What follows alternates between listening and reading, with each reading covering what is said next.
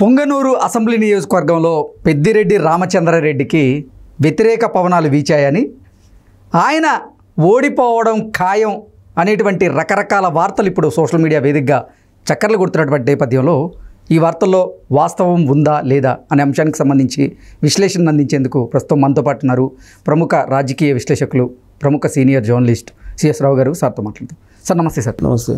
Sir, Peddireddy రామచంద్రారెడ్డికి Punganur assembly నియోజకవర్గంలో ఈసారి వ్యతిరేక పవనాలు వీచాయని, ఆయన అక్కడ ఓడిపోవడం ఖాయం అనేటువంటి సంకేతాలు కూడా బలంగా వినపడుతున్నాయి అంటూ రకరకాల వార్తలు ఇప్పుడు సోషల్ మీడియా వేదికగా చక్కర్లు కొడుతూ ఉన్నాయి. వీటి మీద మీ విశ్లేషణ ఏంటి? సో ఒకటి ఏంటంటే, ఆయన ఓటమి గెలుపు అనే దాని మీద ఒక లోతుగా చర్చకి వెళ్ళడం కంటే కూడా నైతికంగా ఆయన ఓడిపోయాడని చెప్పచ్చు. ఓకే, నైతికంగా ఓడిపోయాడని చెప్పచ్చు రిజల్ట్ రాకముందే. ఎందుకనంటే ఓటమి గెలుపులు అనేవి సహజం. నువ్వు యుద్ధం చేసేటప్పుడు యుద్ధ నీతి అని ఉంటుంది. అలాగే ఎన్నికల్లో కూడా కొన్ని గైడ్లైన్స్ ఉంటాయి, ఎన్నికల కమిషన్ గైడ్లైన్స్ ఉంటాయి, ప్లస్ కొంత నైతికతతో కూడినటువంటి విలువలు ఉంటాయి. వాటికి అనుగుణంగా నువ్వు యుద్ధం చేయాలి. నువ్వు యుద్ధం ప్రారంభంలోనే ఏం చేసావు? కిడ్నాప్ చేసావు ఏజెంట్లని. అంటే దాని అర్థం ఏంటి? నైతికంగా అతను ఓడిపోతున్నాడు అనేటువంటి అభిప్రాయానికి వచ్చిన తర్వాతనే కదా నువ్వు ఏజెంట్లని కిడ్నాప్ చేసేది. అదర్వైజ్ కిడ్నాప్ చేసే అవకాశం లేదు కదా. నువ్వు గెలుస్తావని చెప్పి తనకు నమ్ముకుంటే అతనికి కిడ్నాప్ ఎందుకు చేస్తారు? ఎంతమంది 100 మంది ఏజెంట్లను పెట్టుకున్నా కానీ ఎలక్షన్ జరిగితే తనకి అభిప్రాయం లేదంటే ప్రజామోదం ఉంటే గెలుస్తాడు కదా. ఏజెంట్లు కిడ్నాప్ చేయాల్సిన అవసరం ఏంటి? ఏజెంట్లు కిడ్నాప్ చేసాడంటేనే నైతికంగా ఆయన ఓడిపోయినట్టు. సరే, ఇంకా రేపు పోలింగ్ జరిగిన తర్వాత, అంటే పోలింగ్ అయిపోయింది కాబట్టి కౌంటింగ్ రోజు ఈవీఎంల్లో ఓట్లు ఉన్నాయి. ఆ ఓట్లు బయటకు వచ్చిన తర్వాత ఆయన గెలిస్తే గెలవచ్చు కూడా, దాన్ని ఏమి మనం కాదంటలా. బట్ నైతికంగా అయితే ఆయన ఓడిపోయాడని చెప్పడానికి ఆ ఇన్సిడెంట్ ఒకటి చెప్పచ్చు. పోలింగ్ ముందు చేసినటువంటి అరాచకాలు కూడా అలానే ఉన్నాయి. అసలు ఆయన్ని పొంగనూరు పులి అని పిలుచుకుంటారు వైఎస్ఆర్ కాంగ్రెస్ పార్టీ వాళ్ళు. చంద్రబాబు నాయుడు భాషలో చెప్పాలంటే పొంగనూరు పిల్లి. ఆ పులి కాదు, పిల్లి అనేది ఆయన చెప్తుంటాడు. సో ఈయన ఏం చేశాడు? కుప్పంలోనే వాడగొడతాను నేను చంద్రబాబు నాయుడు అని ఆయన రకరకాల ప్రయోగాలు చేశాడు. లాస్ట్కి అసలు పొంగనూరులోనే ఆయన గెలుస్తాడా లేదనేది నాకు నిన్న చిత్తూరు అతను కనిపించి నాతోటి అన్నాడు. నిజమా అన్న?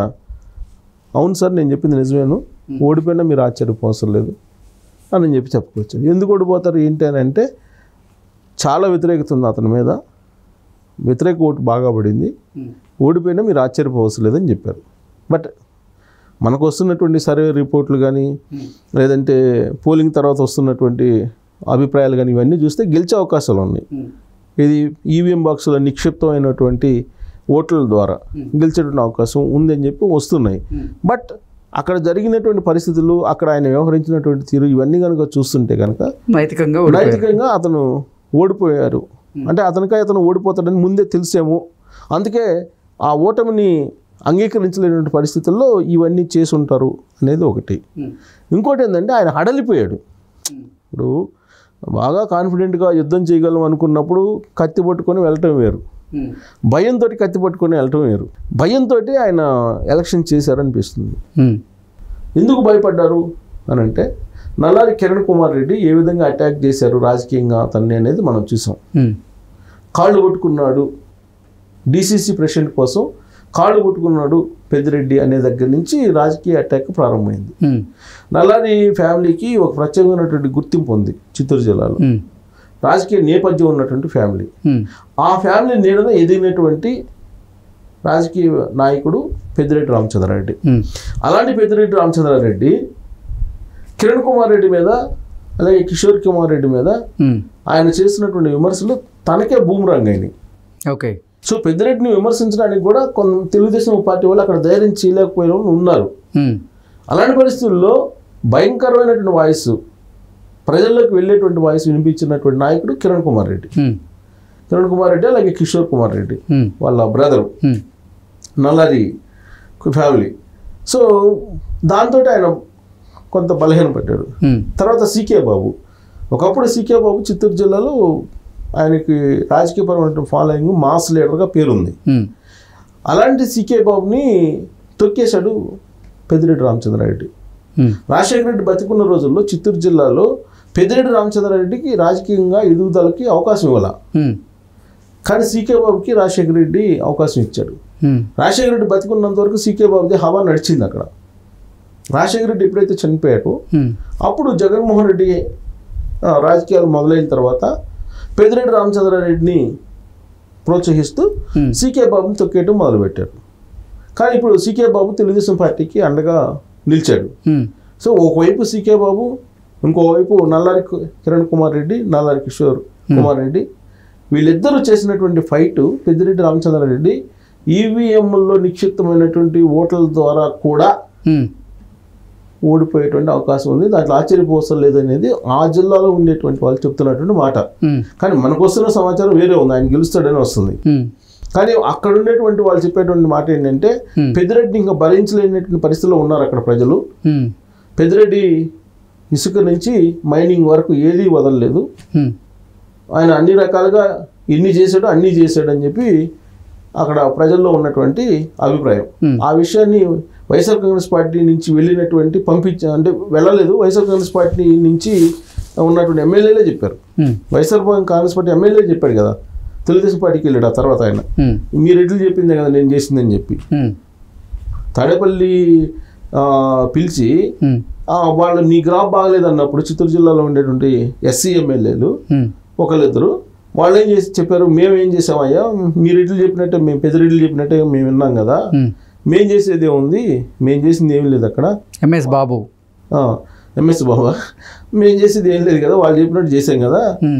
మరి అసలు నేను చేసింది ఏముంది, 5 సంవత్సరాల్లో ఆ పెద్దరెడ్లు ఏం చెప్పారో అదే కదా నేను చేశాను, మీరు నా గ్రాఫ్ బాగాలేదని మీరు ఎట్లా చెప్తారు అంటూ ఆయన ప్రెస్ మీట్ పెట్టి మరీ మాట్లాడారు. ఆయన ప్రెస్ మీట్ పెట్టి అక్కడ కూడా చెప్పాడంట, తాడేపల్లిలో కూడా.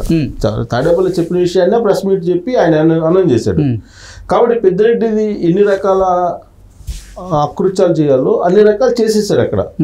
ఇంకోటి అత్యంత దారుణమైన మర్చిపోలేనటువంటి సంఘటన ఏంటంటే శ్రీకాకుళం ఉత్తరాంధ్ర నుంచి వాళ్ళు చంద్రబాబు నాయుడు అరెస్ట్ని నిరసిస్తూ తిరుమల తిరుపతి దేవస్థానానికి వాళ్ళు సైకిల్ యాత్ర చేశారు. అది కూడా దళితులు, 5 దళితులు. వాళ్ళు వెళ్తూ వెళ్తూ పొంగునూరు నియోజకవర్గం మీదకి వెళ్తుంటే వాళ్ళని ఆపేసి బట్టలు కూడా తీసి నగ్నంగా నిలబెట్టి వాళ్ళని కొట్టి వాళ్ళ సైకిల్ దించి జెండాలను దించేసి నడుచుకుంటూ పంపించారు. అంటే అది పాకిస్తాన్ బోర్డరా అనిపించింది చూస్తుంటే. అంటే ఆ పొంగనూరులో ఇక ఏమి మాట్లాడకూడదు, ఎవరు మాట్లాడకూడదు, అదొక డెన్ లాగా అయిపోయింది. ఆ డెన్లో ప్రజలు ప్రజాస్వామ్యయుతంగా ఉండాలనుకుంటారు కానీ డెన్లో ఉండాలనుకోరు. అక్కడ పెద్దిరెడ్డి రాజ్యాంగం ప్రకారం ఉండాలని ఎవరు అనుకోరు. సో అంత వ్యతిరేకత ఉంది. కాబట్టి పెద్దిరెడ్డి రామచంద్రారెడ్డి ఓడిపోయే అవకాశం ఉందనేది చిత్తూరు జిల్లా వాళ్ళు చెప్పిన మాట. దానికి రీజన్ కూడా చెప్తున్నారు. రామచంద్ర యాదవ్ పోటీ చేశారు కదా, అతను ఓట్లు చీల్చే అవకాశం ఉంది, కాబట్టి పెద్దిరెడ్డి రామచంద్రారెడ్డి ఓడిపోతారు అనేది కూడా ఒక ఈక్వేషన్ చెప్తున్నారు. సరే, అందుకే నేను చెప్పింది గెలుపు ఓటములు ఎలా ఉన్నా ఆయన మాత్రం హడలిపోయారు నైతికంగా. ఒకవైపు కిరణ్ కుమార్ రెడ్డి, ఇంకొక వైపు సీకే బాబు, ఇంకొక వైపు ఆయన ఏజెంట్లు కిడ్నాప్ చేయడం, ఇవన్నీ చూస్తే కనుక హడలిపోవడంతో పాటు నైతికంగా ఆయన ఓడిపోయాడని చెప్పొచ్చు మనం. Okay sir, thank you so much.